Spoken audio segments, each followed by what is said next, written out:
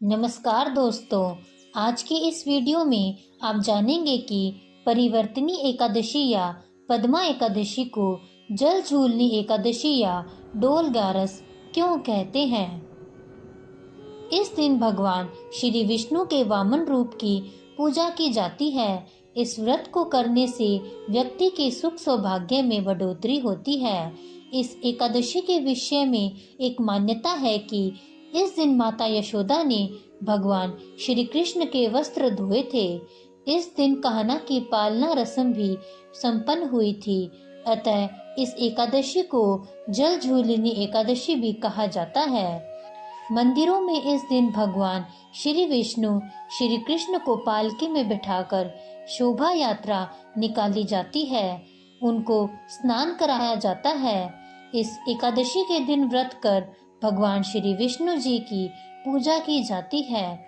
इस व्रत में धूप, दीप, नैवेद्य और पुष्प आदि से पूजा करने की विधि विधान है। 7 कुंभ स्थापित किए जाते हैं। 7 कुंभों में 7 प्रकार के अलग अलग धान्य भरे जाते हैं। इन 7 अनाजों में गेहूं, उड़द, मूंग, चना, जौ, चावल और मसूर है। एकादशी तिथि से पूर्व की तिथि अर्थात दशमी तिथि के दिन इनमें से किसी धान्य का सेवन नहीं करना चाहिए। कुंभ के ऊपर श्री विष्णु जी की मूर्ति रख पूजा की जाती है। इस व्रत को करने से रात्रि में श्री विष्णु जी के पाठ का जागरण करना चाहिए।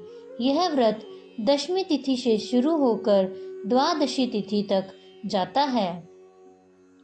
इसलिए इस व्रत की अवधि सामान्य व्रतों की तुलना में कुछ लंबी होती है। एकादशी तिथि के दिन पूरे दिन व्रत कर अगले दिन द्वादशी तिथि के प्रातः काल में अन्न से भरा घड़ा ब्राह्मण को दान किया जाता है। राजस्थान में जल झूलनी एकादशी को डोल ग्यारस एकादशी भी कहा जाता है।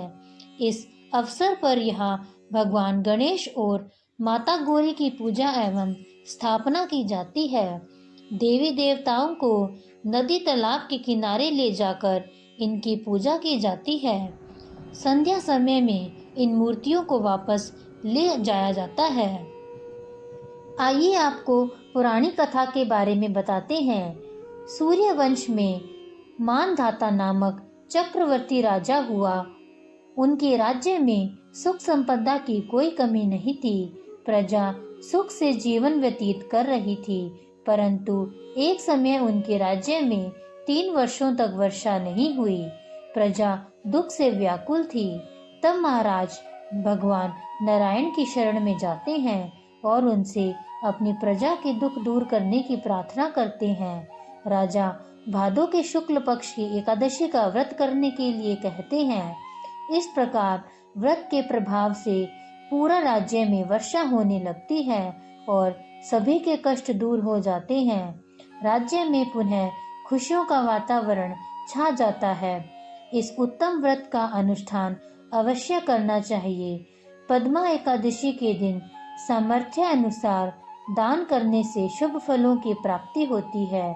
जल झूलनी एकादशी के दिन जो व्यक्ति व्रत करता है उसे भूमि दान करने और गो दान करने के पश्चात मिलने वाले पुण्य फलों से अधिक शुभ फलों की प्राप्ति होती है। इस दिन भगवान विष्णु करवट बदलते हैं, इसलिए यह परिवर्तनी एकादशी भी कही जाती है। यह व्रत करने से वाजपेय यज्ञ का फल मिलता है। जो मनुष्य इस एकादशी को भगवान विष्णु के वामन रूप की पूजा करता है उसे तीनों लोग पूज्य होते हैं। इस व्रत के बारे में भगवान श्री कृष्ण ने स्वयं युधिष्ठिर से कहा है कि जो इस दिन कमल नयन भगवान का कमल से पूजन करते हैं वे अवश्य भगवान के समीप जाते हैं। जिसने भाद्रपद शुक्ल पक्ष की एकादशी को व्रत और पूजन किया उसने ब्रह्मा विष्णु सहित तीनों लोकों का पूजन किया। अतः इस एकादशी का व्रत अवश्य करना चाहिए।